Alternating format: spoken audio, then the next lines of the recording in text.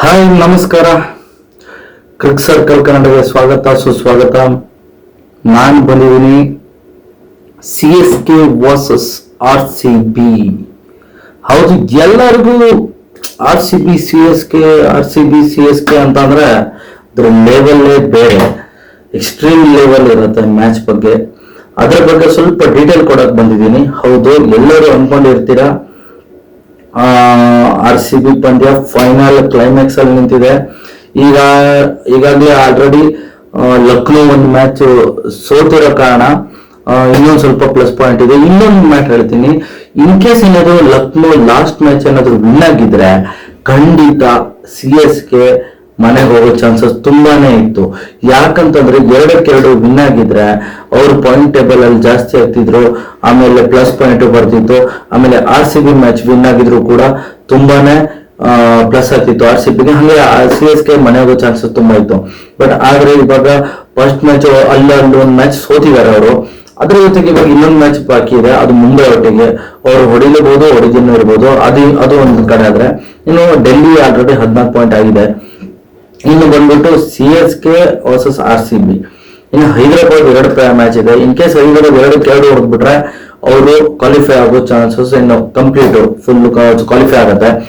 Matter ಬಂದ್ಬಿಡ್ತೀನಿ, CSK versus RCB ಪಂದ್ಯ 18 over ಅಲ್ಲಿ ಚೇಸ್ ಮಾಡಬೇಕು ಮಿನಿಮಮ್ ಅಂತ. ಹೌದು, 18 ಓವರ್ ಅಲ್ಲಿ ಚೇಸ್ ಮಾಡಬೇಕು. 20 ಓವರ್ ಮ್ಯಾಚ್ ಆದ್ರೆ 20 ಓವರ್ ಮ್ಯಾಚ್ ಆಡಿಸಿದ್ರೆ ಮಾತ್ರ 18 ಓವರ್.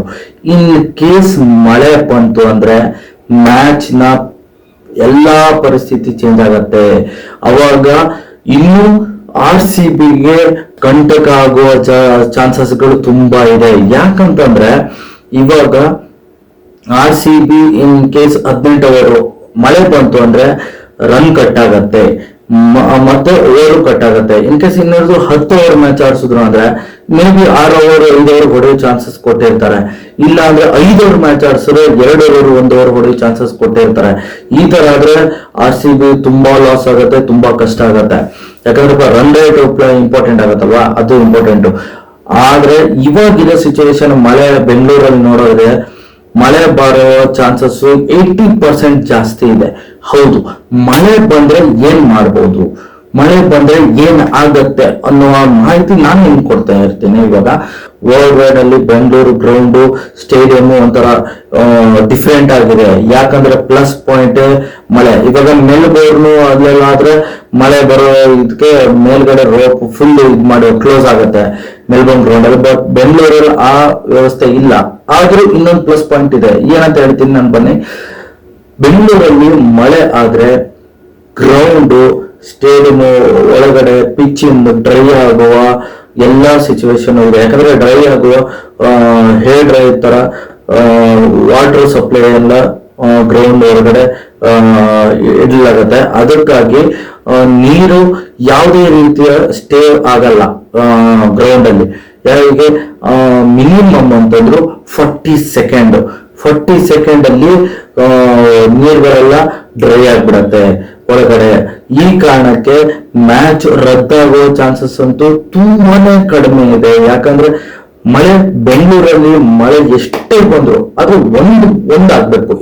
ಏನಂತಂದ್ರೆ ಮಳೆ ಎಷ್ಟೇ ಬರ್ಲಿ ಬಂದು ಹೋಗ್ಬೇಕು, ಬರ್ತಾನೆ ಇರಬಾರ್ದು.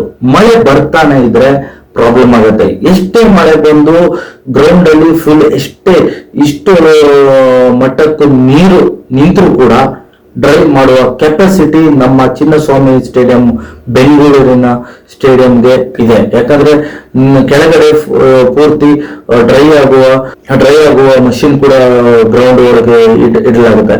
ಅದಕ್ಕಾಗಿ ಪೂರ್ತಿ ಮಳೆ ಬಂದು ಹೋದ್ರೆ ಯಾವುದೇ ರೀತಿ ತೊಂದರೆ ಆಗಲ್ಲ RCB CSK ಪಂದ್ಯದಲ್ಲಿ.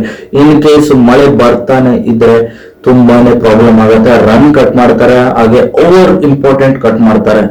20 ಓವರ್ 18 ಓವರ್ ಅಲ್ಲಿ ಚೇಸಿಂಗ್ ಮಾಡ್ಬೇಕು ಅನ್ನೋದು ಇತ್ತಂದ್ರೂ ಕೂಡ 10 ಓವರ್ ಮ್ಯಾಚ್ ಆಡಿಸಿದ್ರೆ ತುಂಬಾ ಕ್ರಿಟಿಕಲ್ ಆಗುತ್ತೆ. ಇನ್ನು 5 ಓವರ್ IPL ಅಲ್ಲಿ ಮಿನಿಮಮ್ 5 ಓವರ್ ಆಡಿಸ್ಲೇಬೇಕು ಅನ್ನೋಂತ ರೂಲ್ಸ್ ಇದೆ. ಇನ್ ಕೇಸ್ ಯಾವುದೇ 5 ಓವರ್ ಆಗ್ಲಿಲ್ಲ ಅಂತ ಅಂದ್ರೆ ಪಾಯಿಂಟ್ ಹಂಚ್ಕೊಡೋ ಸಾಧ್ಯತೆಗಳಿದೆ. ಪಾಯಿಂಟ್ ಹಂಚ್ಕೊಟ್ಬಿಟ್ರೆ ಟೋಟಲಿ RCB ಪ್ಲೇ ಆಫ್ ಹೋಗುವ ಕನಸು ಅಭಿಮಾನಿಗಳು ಬಿಡಲೇಬೇಕಾಗತ್ತೆ.